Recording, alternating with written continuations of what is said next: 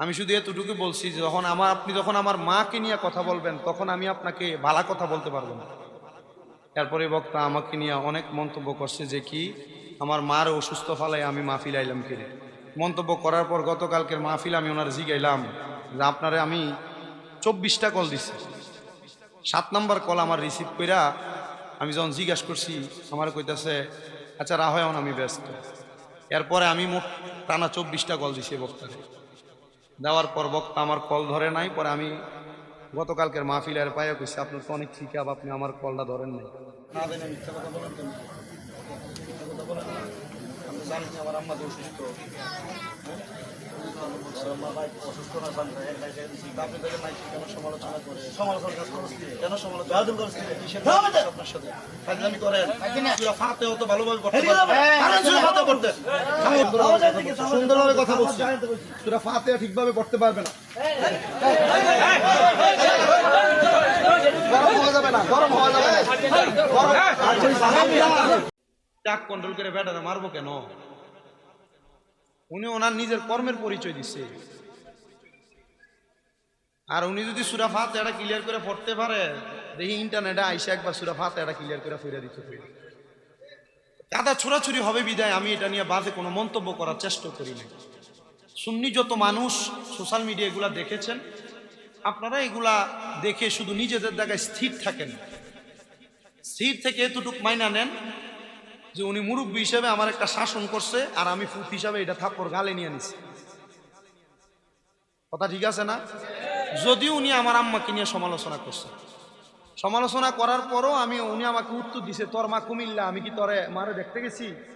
সমালোচনা তো ঠিকই করে ফেলছে। তখন আমি রাগান্বিত হয়ে বলছি যে সূরা ফাতিহা ঠিক মতো পড়তে পারেন না তো আপনি সমালোচনা করেন কেন? গতকালকে আমার একটা ভিডিও দেখছেন আপনারা, হয়তো ভাইরাল হয়েছে। আমার আম্মা জান অসুস্থ, এক মাহফিলে ওই বক্তাকে আমাকে আগে মাইক দেওয়ার কথা, ওই বক্তা স্টেজে যে বৈশা ছিল। পরে আমি মাহফিল কমিটিকে বলছিলাম যে আমার আম্মাটা তো অসুস্থ, আপনারা আমার আগে মাইক দিয়ে দিলে ওয়াদা রক্ষার্থে আসছি, তাহলে আমি তাড়াতাড়ি বাড়ি যেতে পারি। ফলে ওনারা ওই বক্তারে নামাই দিয়ে আমার স্টেজে উঠে দিচ্ছে। আমি ওয়াজ করছি 1 ঘন্টা 20 মিনিট, ওয়াজ করে নামে গেছি। ওই গতকালকের ভিডিওর পরে দেখলাম এই বক্তা বলতেছে যে আমি নাকি 2 ঘন্টা ওয়াজ করছি। আমি ওয়াজ করে নামে চলে গেছি। এরপরে বক্তা আমাকে নিয়ে অনেক মন্তব্য করছে যে কি আমার মার অসুস্থ ফলায় আমি মাহফিল আইলাম কিরে। আমি মানুষের ওয়াদা দিছি, ওয়াদা রক্ষা করতাম না। তো মা অসুস্থ, আমি আমার খেদমতের লোক দিয়েই আইছি, এখনো অসুস্থ বাড়িতে। তো পরে মন্তব্য করার পর গতকালকের মাহফিল আমি ওনার জিগাইলাম যে আপনারে আমি 24টা কল দিছি, 7 নাম্বার কল আমার রিসিভ কইরা আমি যখন জিজ্ঞাসা করছি আমার কইতাছে আচ্ছা রাহ এখন আমি ব্যস্ত। এরপরে আমি মোট টানা 24টা কল দিছি বক্তারে। দেওয়ার পর বক্তা আমার কল ধরে নাই। পরে আমি গতকালকের মাহফিলের পায়ে কইছি আপনার তো অনেক ঠিক আপনি আমার কলটা ধরেন নাই। এক হইতেছে মাহফিল করে আসি উজাগরি করি, আমি কল ধরবো কেমনে? তো যখন কল দিছি তখন তো ধরছেন, কাটিয়ে দিচ্ছেন। পরে আমি বললাম যে আপনি যে আমার ব্যাপারে আমার আম্মার অসুস্থতা নিয়ে মিথ্যাচার করলেন, এটাকে আপনি ঠিক করলেন? তখন হে আমার কইতেছে যান থেকে। তারপরে আমি কইলাম যে সূরা ফাতিহাটাও তো ঠিক মতো পড়তে পারেন না, কিন্তু সমালোচনা ভালাই করেন। এটা বলার পরে আমার গালে একটা থাপ্পড় লাগাইছে।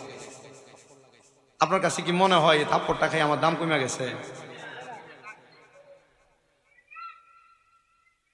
ওই এলাকার মাহফিল কমিটি, এলাকার মানুষ যারা প্যান্ডেলে ছিল এরা স্টেজে জুতা মারছে, এরা নামাইয়া নিয়ে এমনভাবে ফিরাইছে আর মাথার টুপি পর্যন্ত ফিলাইছে।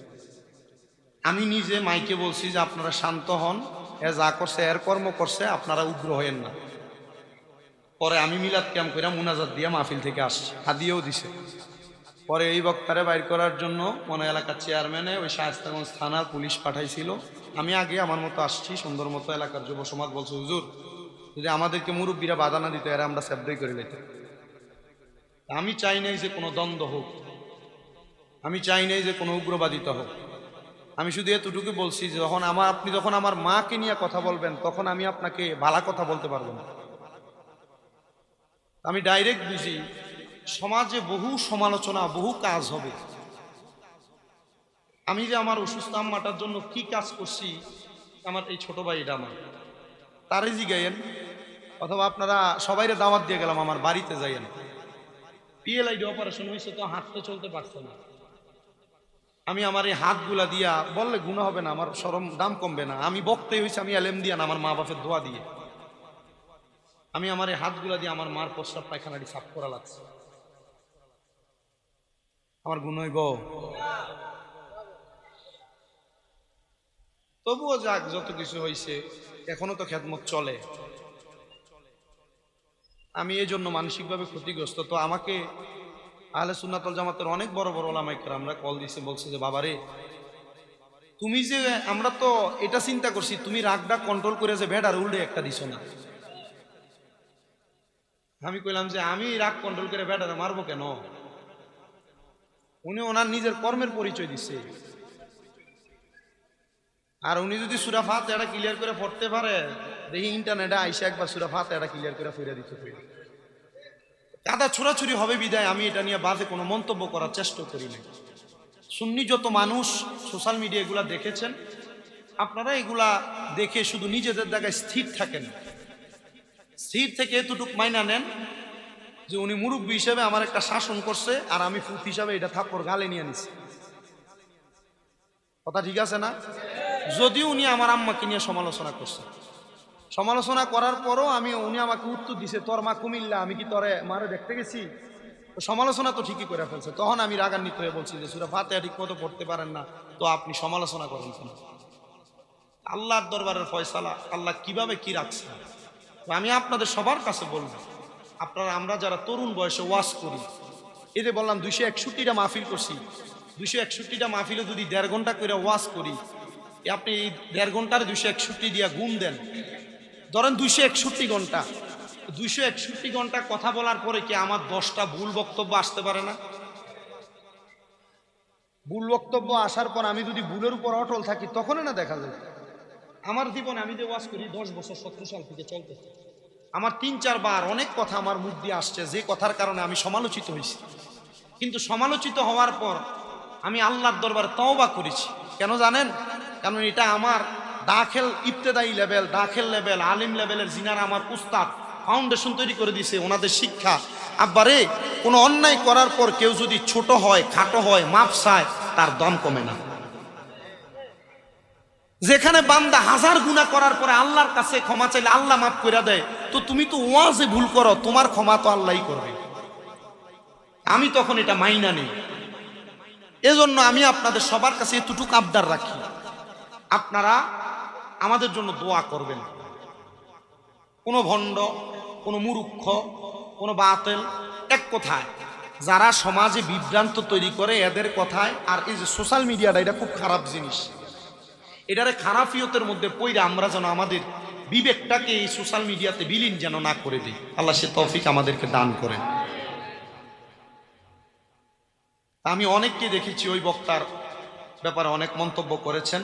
আমি সবাইকে বলবো যে কারোর ব্যাপারে কোনো মন্তব্য করার দরকার নাই। কেউ যদি আমাকে গালিও দেয়, আমি এটার প্রতিবাদমূলকভাবে কথা বলবো, আমি কাউকে মারবো না। কিন্তু কারোর ব্যাপারে আমরা মন্তব্য, বাজে কথা, কাউকে আমরা আঘাত, এতটুকু আমরা ঠিক রাখি। আল্লাহ কবুল করেন। আরো জোরে পড়েন আমিন। আমি সন্তান হইয়া যদি আপনার মার জন্য দোয়া করেন, আপনার মা বাবা কবরে ভালো থাকবে, তইলেন আপনি একজন নেককার সন্তান, ভালো সন্তান হিসেবে প্রমাণ পাবেন। আমি জানি না গো, এখানে অনেক সন্তানেরা বসেছে, মা বাবা বেঁচে আছে, কিন্তু তারা মা বাপরে ধমক দিছে, মা বাপরে খানা দিছে না, ঝগড়া লাগা মা বাবার সাথে উঁচা গলায় কথা কইছে। দে যুবক ভাই রে, দে তোর পাও আমার সামনে দে, আমি আমার জিহ্বা লাগে তোর পাও আমি পরিষ্কার করে দেব। শুধু ওয়াদা করবা, মা বাবার পা গুলা দুরা দুরা মাপ চাইবা।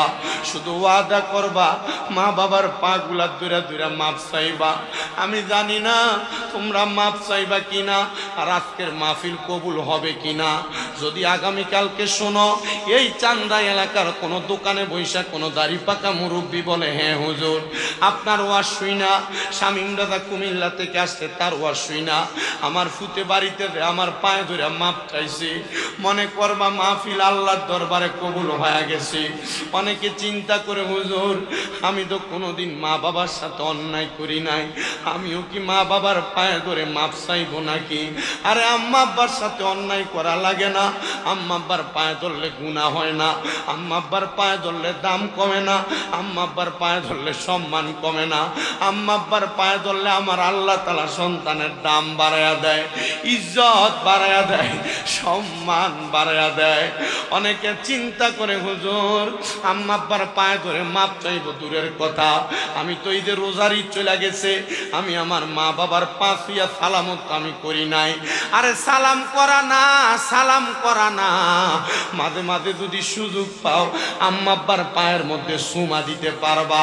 আম্মা আব্বার পায়ের মধ্যে চুমা দিলে আল্লাহর জান্নাতের চৌকাঠে চুমা দেওয়া সওয়াব তুমি পায়া যাইবা।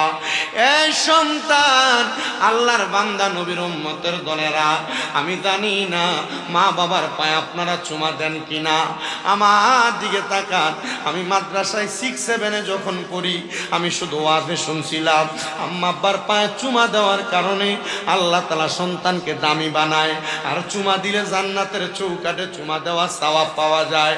আমি আমার আম্মা আব্বারে বাড়িতে ঘুমন্ত অবস্থায় আইসা সালাম দিয়েছি, এরপর থেকে আল্লাহ তাআলা আমারে কবুল করেছি। ওয়াজ করার মতো আমার কোনো এলেম কালাম নাই, শুধু ওই দোয়াটার বরকতে আমি ওয়াজ করতে পারতেছি। আমি সবার কাছে আবদান করব মা বাবার পা ধরে মাপ চাইবেন, এখান থেকে বাড়িতে যে মা বাবার পাটার মধ্যে ধরবেন, যতক্ষণ পর্যন্ত আপনার মা বাবা বলছে মাফ করে দিছি ততক্ষণ পর্যন্ত মা বাবার পাও চাইলেন না, কারণ মা বাপ মাফ না করলে আমার আল্লাহ আপনারে মাফ করবে না। অনেকে চিন্তা করে হুজুর যাদের বাড়িতে আব্বা আছে তারা বাড়িতে যে আব্বার পায়ে ধরে মাপ চাইব, আমার তো আব্বা না, আমি কার পায়ে ধরে মাপ চাইব? এ সন্তান অনেকে চিন্তা করে হুজুর যাদের বাড়িতে মা আছে তারা বাড়িতে যাইয়া মার পায়ে ধরে মাপ চাইব, আমার তো মা নাই, আমি কার পায়ে ধরে মাপ চাইব? হুজুর আমার মা বাপ কেউ দুনিয়াতে নাই, আমি কার পায়ে ধরে মাপ চাইব? ভালোবাসি তোমায় বাবা, বুকটা যে যায় ছিঁড়ে, তোমার কথা হৃদয় মাঝে পড়ছে বারে বারে। বাবা তুমি কেমন আছো ছোট্ট মাটির ঘরে, তোমার কথা হৃদয় মাঝে পড়ছে বারে বারে। বাবা গো ও বাবা, বাবা গো ও বাবা, বাবা তুমি কেমন আছো ছোট্ট মাটির ঘরে, তোমার কথা হৃদয় মাঝে পড়ছে বারে বারে। বাবা গো ও বাবা, বাবা গো বাবা।